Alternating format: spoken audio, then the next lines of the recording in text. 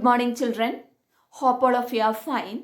In the previous class, we have discussed about the condition of Europe after the French Revolution, the view of radicals, liberals and conservatives, coming of socialism to Europe and the views of Karl Marx.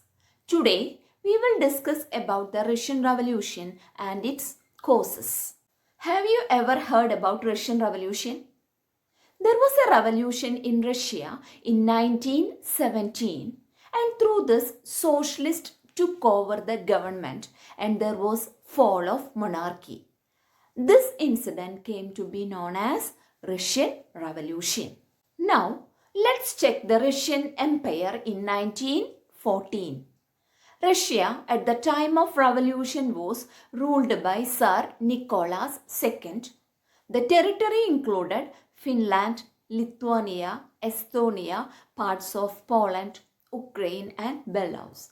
Central Asian states like Georgia, Armenia, Azerbaijan also belonged to this empire. Majority religion was Orthodox Christianity, but the empire also included Catholics, Protestants, Muslims and Buddhists. Next, about the causes of the Russian Revolution. First, political cause. The autocratic rule of Tsar Nicholas II was inefficient and hence he became unpopular. He was repressive, corrupt and never cared for the welfare of the people. He was misled by his wife, Tsarina Alexandria, and a poor advisor called Rasputin, who was a monk, made the autocracy unpopular. Now, let's analyze the economy and society of Russia at that time. In the beginning of the 20th century, the vast majority of Russian people were agriculturists. About 85% of the Russian population earned their living from agriculture. Now, what did they produce? They produced grains, and Russia was a major exporter of grain. But industries were very few in number. The prominent industrial areas were St. Petersburg and Moscow.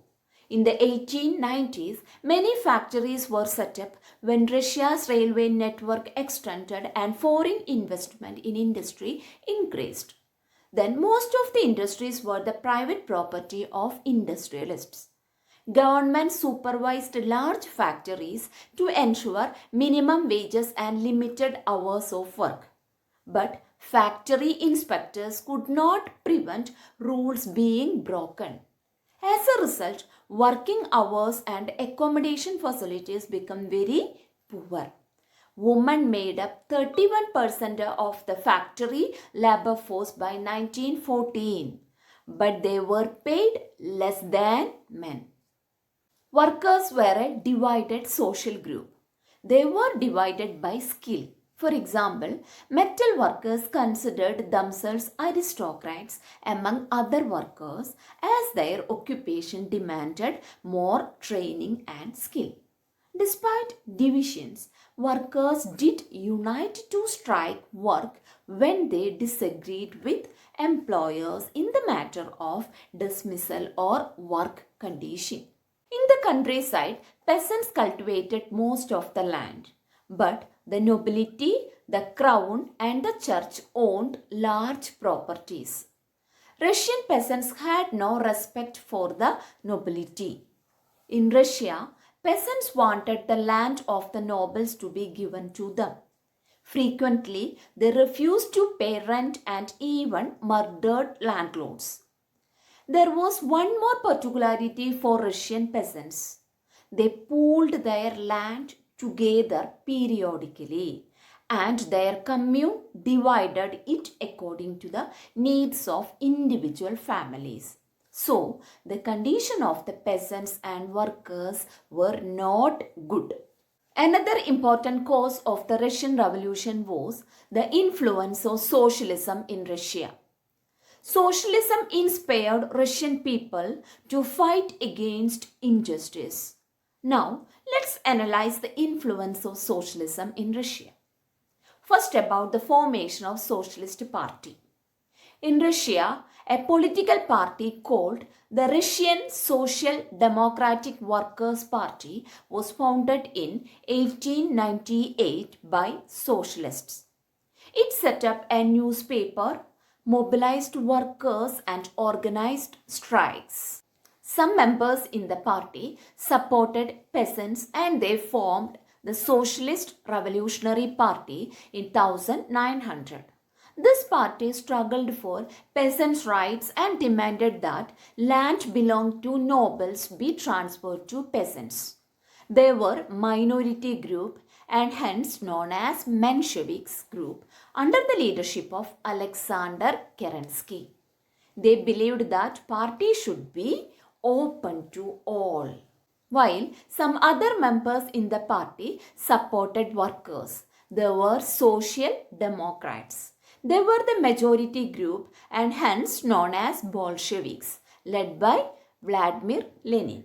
They believed that party should be disciplined and should control the number and quality of its members. Do you know why Socialist Revolutionary Party supported peasants and Social Democrats opposed them? Because Socialist revolutionaries felt that Russian peasants' custom of dividing land periodically made them natural socialists. Hence, peasants can be used as a main force of revolution. On the other hand, Social Democrats felt that peasants were not a united group because among the peasants there were rich and poor. So, workers will be the main united group. So, they can use workers as the main force of revolution. Next, about the 1905 revolution and the Bloody Sunday incident. Russia was an autocracy. The Tsar was not subjected to the parliament. So, liberals in Russia campaigned to end the state of affairs. The year 1904 considered really bad for Russian workers because in 1904 prices of essential goods rose quickly and real wages declined by 20%. So the number of work associations rose dramatically. There was a call for industrial action. Industrial action means strike when 4 members of Pudilov Iron Works were dismissed. Over the next few days, over 110,000 workers in St. Petersburg went on strike, demanding a reduction in the working day to 8 hours and an increase in wages and improvement in working conditions. Next, about Bloody Sunday. On 22nd January 1905, Father Gapon led a march to deliver petition to Sir Nicholas II, and thousands of workers took part in this peaceful protest. When the procession reached in the Winter Palace, it was attacked by the police and Cossacks. Over 100 workers were killed and 300 were wounded. This incident known as Bloody Sunday. Then, what was the impact of this 1905 revolution? A series of strikes took place in Russia, followed by the Bloody Sunday incident. Universities were closed when student bodies staged unlock complaining about the lack of civil liberties. Lawyers, doctors, engineers and other middle class were established their union demanding constituent assembly. During the period of 1905 revolution, the Tsar allowed the creation of an elected consultative parliament or Duma. Russian parliament is known as Duma. But Tsar did not want any questioning of his authority or any reduction in his power. So he dismissed the first Duma within 75 days and re-elected second Duma. He changed the voting laws and packed the third Duma with conservative politicians alone. Liberals and revolutionaries who questioned Tsar were kept out from the parliament. Next, about First World War and its after effects in Russia. A war broke out between two European alliances, Germany, Austria and Turkey in one group. This group came to be known as Central Powers. France, Britain and Russia in another side.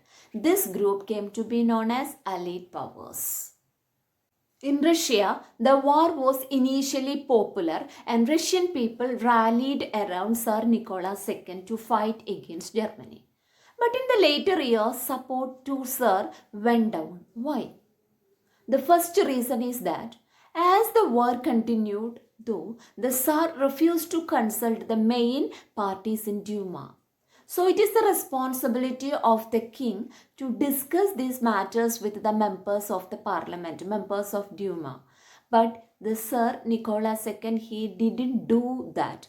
So the members turned against him and the support to Tsar Nicholas II went down. Next, about the impact of First World War on Russia.